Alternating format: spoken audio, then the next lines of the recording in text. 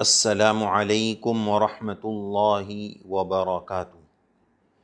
یہ corona virus اور COVID-19 کا دور چل رہا ہے اور اس کی وجہ سے ہندوستان ہی نہیں بلکہ عالم اسلام میں اور بلکہ دنیا بھر میں لاک ڈاؤن کا ایک ماحول چل رہا ہے، اور اللہ عز و جل سے یہی امید تھی اور امید رکھتے ہیں کہ جلد از جلد اللہ تعالیٰ اپنی قدرت سے اس بیماری کو ختم فرما دیں گے اور امت کو اور انسانیت کو اس بیماری سے نجات عنایت فرمائیں گے۔ اللہ تعالیٰ کی عالی ذات سے، قادر ذات سے ہم یہی امید رکھتے ہیں۔ اس بیماری کے دور میں رمضان المبارک کی مبارک بہاریں آ رہی ہے، اور رمضان المبارک کی اہم ترین عبادتوں میں ایک اہم عبادت تراویح ہے۔ آج کی اس مبارک نشست میں ان حالات کے پس منظر میں تراویح کو لے کر کچھ مسائل پیش خدمت ہے کہ لاک ڈاؤن کے اس دور میں تراویح کی کیا ترتیب کی جائے، کس طرح کی جائے، کیا کیا جائے، اس کے کیا اصول ہے، کیا آداب ہے، وہ پیش خدمت ہے۔ پہلی بات، تراویح جو ہے وہ سنت مؤکدہ کفایہ ہے۔ تراویح سنت مؤکدہ کفایہ ہے، اور رمضان المبارک میں پورے رات میں اور رمضان کے ہر روزے میں 20 رکعت 10 سلام سے تراویح پڑھنا یہ ایک مستقل الگ سنت ہے، اور تراویح میں ایک قرآن مجید مکمل کرنا یہ الگ مستقل سنت ہے۔ یہ دو الگ الگ سنتیں ہیں۔ تو پہلی بات یہ یاد رکھنی ہے کہ تراویح سنت مؤکدہ کفایہ ہے، اور 10 سلام سے 20 رکعتیں پڑھنا یہ سنت مؤکدہ ہے۔ تو تراویح ہر رات میں، رمضان کی ہر رات میں 20 رکعت، یہ ایک مستقل علیحدہ سنت ہے، اور اس میں ایک قرآن مجید مکمل کرنا یہ ایک مستقل علیحدہ سنت ہے۔ اس کے بعد اب ایک مسئلہ یہ سمجھنا ہے کہ آج کل مسجدوں میں گیدرنگ اور جماوڑا اور پبلک کو جمع کرنا اور زیادہ لوگ جمع ہونے سے منع کیا جا رہا ہے۔ احتیاطی تدابیر کے طور پر یہ کہا جا رہا ہے کہ 4 اور 5 سے زیادہ لوگ جمع نہ ہو۔ اس احتیاطی تدبیر کو ہمیں جس طرح ہم عام دنوں میں فرض نمازوں میں برقرار رکھ رہے ہیں، انشاءاللہ انہی احتیاطی تدابیر کو رمضان المبارک میں بھی اور تراویح کی نماز میں بھی اسی احتیاطی تدبیر کو برقرار رکھنا ہے۔ یہ اس وقت حکومت کا بھی تقاضا ہے، حالات کا بھی تقاضا ہے، اور سب سے بڑھ کر شریعت بھی اس موقع پر ہم سے یہی چاہتی ہے کہ ہم احتیاطی تدابیر کو فالو کریں۔ اس تعلق سے ابھی مساجد کے دروازے بالکل یا بند نہیں ہوئے۔ الحمدللہ مسجدوں میں اذانیں ہو رہی ہے، اور اس اصول کی رعایت کرتے ہوئے کہ 3 4 لوگ 5 لوگ باجماعت نماز مسجد میں پڑھ بھی رہے ہیں، سب جگہوں پر اسی طرح کا اہتمام ہو رہا ہے۔ تو جس طرح فرض نماز میں اس احتیاطی تدبیر کے ساتھ نماز باجماعت ہو رہی ہے، انشاءاللہ رمضان المبارک میں بھی ہماری مسجدوں میں اسی ترتیب کے ساتھ تراویح ہوتی رہے گی، اسی احتیاطی تدبیر کی رعایت کرتے ہوئے، حکومت اور شاشن اور پرشاشن کے جو رولز ریگولیشن ہیں اس کے آداب کی رعایت کرتے ہوئے اسی ترتیب کے ساتھ تراویح ہوتی رہے گی۔ اس تعلق سے ایک مسئلہ بہت لوگوں کی طرف سے یہ آ رہا ہے کہ کیا ایسا ہو سکتا ہے، بہت ساری جگہوں پر گاؤں دیہات میں بھی ایسا ہوتا ہے کہ مسجد میں جو مائک ہے اس کے لاؤڈ اسپیکر پورے محلوں میں اور ہر گھر میں لگے ہوئے ہیں۔ تو سوال یہ آ رہا ہے کہ امام صاحب اپنی مسجد میں وہاں تراویح پڑھاتے رہیں اور لوگ اپنے اپنے گھروں میں اسپیکر لگا لیں اور امام صاحب کو فالو کرتے ہوئے اپنے اپنے گھروں میں تراویح پڑھ لیں، تو کیا اس کی گنجائش ہو سکتی ہے؟ گویا آسان لفظوں میں یوں کہا جا سکتا ہے کہ گویا آن لائن تراویح امام صاحب مسجد میں پڑھاویں اور لوگ جو ہے اپنے اپنے گھروں میں اس طرح تراویح پڑھیں۔ تو کیا اس طرح تراویح ہو سکتی ہے؟ جواب اس کا یہ ہے کہ اس طرح تراویح پڑھنا درست نہیں ہوگا، یہ صحیح نہیں ہے، اس لیے کہ نماز با جماعت کے لیے، چاہے وہ فرض نماز ہو یا تراویح کی نماز ہو، نماز با جماعت کے لیے امام اور مقتدی کا مکان متحد میں ہونا، ایک جگہ ہونا ضروری ہے۔ امام صاحب الگ جگہ میں ہیں، مسجد میں ہیں، اور مقتدی اپنے گھر میں ہیں، مکان متحد ایک جگہ کی شرط نہ پائی جانے کی وجہ سے اس طرح تراویح پڑھنا درست نہیں ہوگا۔ صفوں کا اتصال، کنٹینیو صفوں کا ہونا یہ بھی ضروری ہے۔ اسی طرح کی غلطی خاص طور پر مکۃ المکرمہ میں ہوتی ہے کہ امام صاحب وہاں نماز پڑھا رہے ہیں، قریب کے ہوٹل والے کسل کی وجہ سے یا دھوپ کی وجہ سے یا چلنے کی تھکاوٹ کو بچانے کی وجہ سے اپنی اپنی ہوٹلوں میں اور سلاد فلور میں، ایس فلور میں نماز پڑھ لیتے ہیں، وہاں امام صاحب کی آواز اسپیکر سے آتی ہے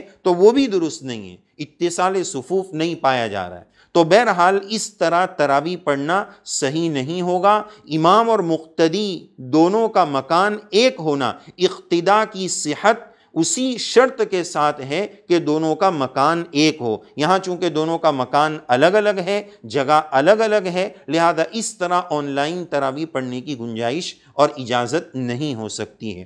اسی کے ساتھ ساتھ تراویح جو ہے اس کے لیے پڑھانے والے کے لیے حافظ ہونا ضروری نہیں ہے، غیر حافظ بھی تراویح پڑھا سکتا ہے۔ بس نماز پڑھانے کے لیے چاہے تراویح کی نماز ہو چاہے فرض نماز ہو، آج کل گھروں میں نماز ہو رہی ہے باجماعت الحمدللہ ہو رہی ہے، تو امامت کے لیے شرط یہ ہے کہ امام بالغ ہو۔ اب بالغ کا کیا مطلب؟ بالغ ہونے کا مطلب یہ ہے کہ اسلامی کیلنڈر کے اعتبار سے اس کے 15 سال مکمل ہو گئے۔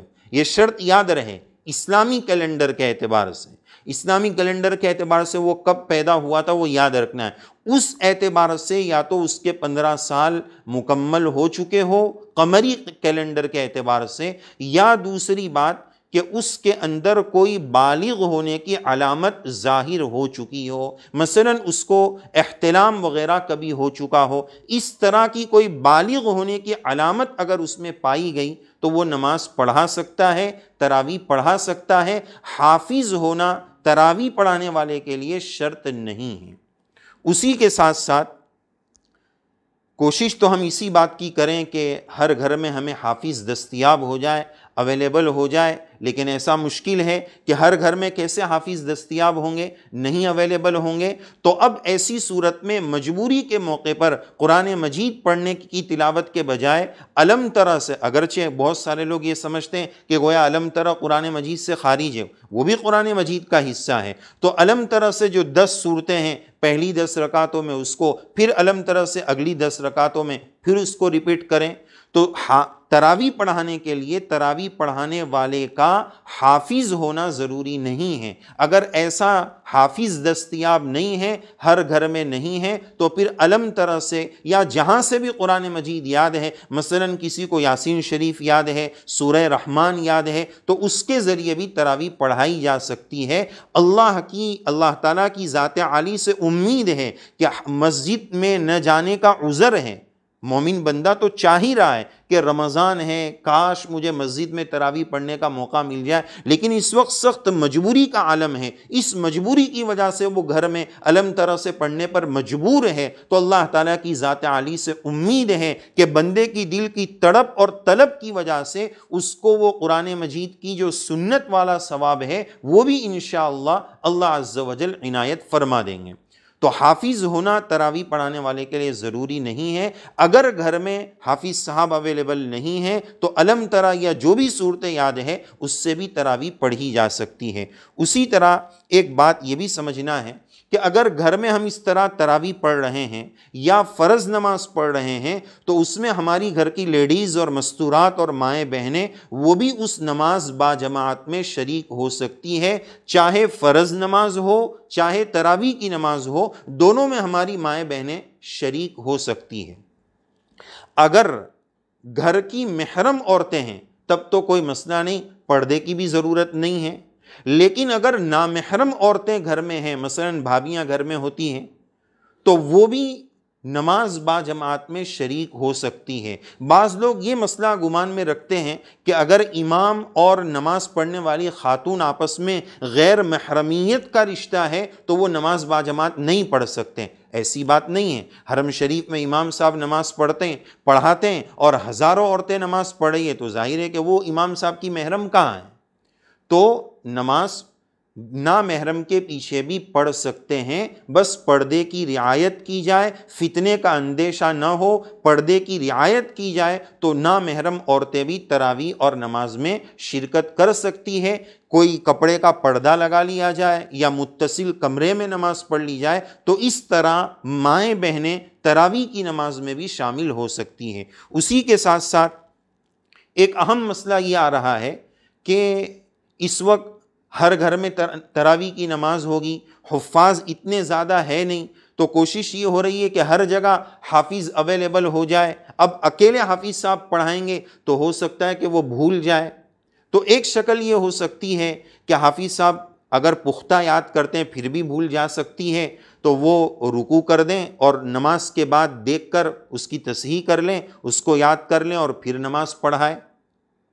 لیکن بہت زیادہ کچا ہوگا تو پھر یہ صورت نہیں ہو سکتی ہے، اس لیے قرآن مجید کو مضبوط یاد کرنے کا اہتمام حافظ صاحب کو کرنا چاہیے۔ لیکن اس عذر کی وجہ سے بہت سارے لوگ یہ سوال پیش کر رہے ہیں اور کچھ لوگ یہ گنجائش بھی دے رہے ہیں کہ حافظ صاحب تراویح میں قرآن مجید دیکھ کر پڑھیں، اور دیکھ کر پڑھیں گے تو ظاہر ہے کہ غلطی کا سوال نہیں ہے۔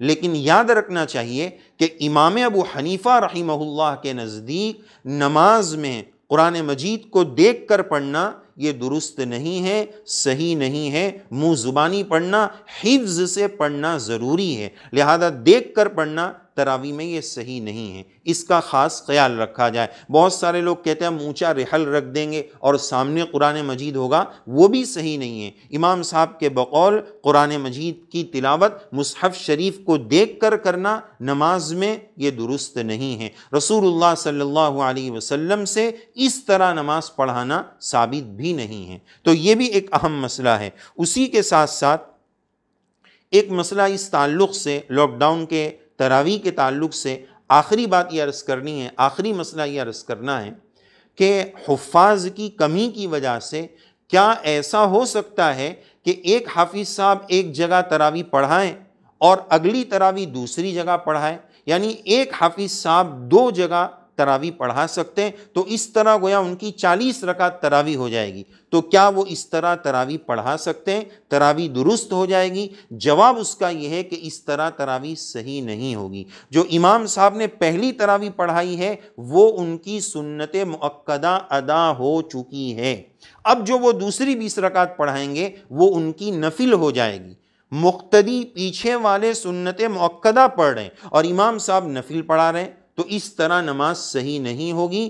دوسری مرتبہ ایک ہی امام 20 رکعت تراویح نہیں پڑھا سکتے۔ اسی سے ٹچ ایک اور بات عرض کر دی جائے کہ ایک شخص 20 رکعت تراویح پڑھ چکے ہیں، پڑھانے کی بات نہیں، پڑھ چکے ہیں، اپنی سنت مؤکدہ ادا کر چکے ہیں، اب دوسری جگہ دوسرے وقت میں تراویح چل رہی ہے تو وہ وہاں اس تراویح میں جوائن ہو سکتے ہیں، شریک ہو سکتے ہیں، وہ ان کی نفل نماز بن جائے گی، یہ درست ہے۔ لیکن ایک امام 2 مرتبہ تراویح نہیں پڑھا سکتے ہیں۔ اس مسئلے کی اس لاک ڈاؤن میں اس لیے بھی ضرورت ہے کہ حفاظ کی قلت کی وجہ سے کوئی حافظ صاحب ماشاءاللہ نوجوان مضبوط ہو، وہ 2-3 مرتبہ پڑھا سکتے ہو تو وہ تو پڑھا لیں گے، لیکن مقتدیوں کی وہ سنت ادا نہیں ہوگی، وہ نفل نماز ہوگی۔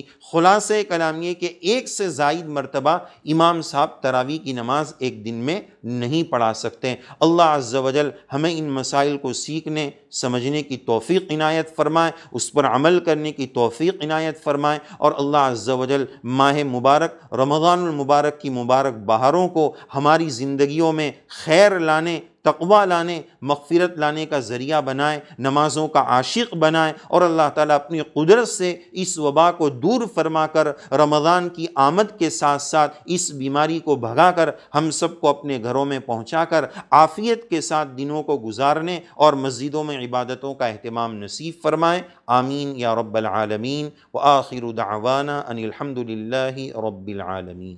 ہے ہند میں انوکھا مرکز تحفظ دین، یہ دین کا ترجمہ ہے مرکز تحفظ دین۔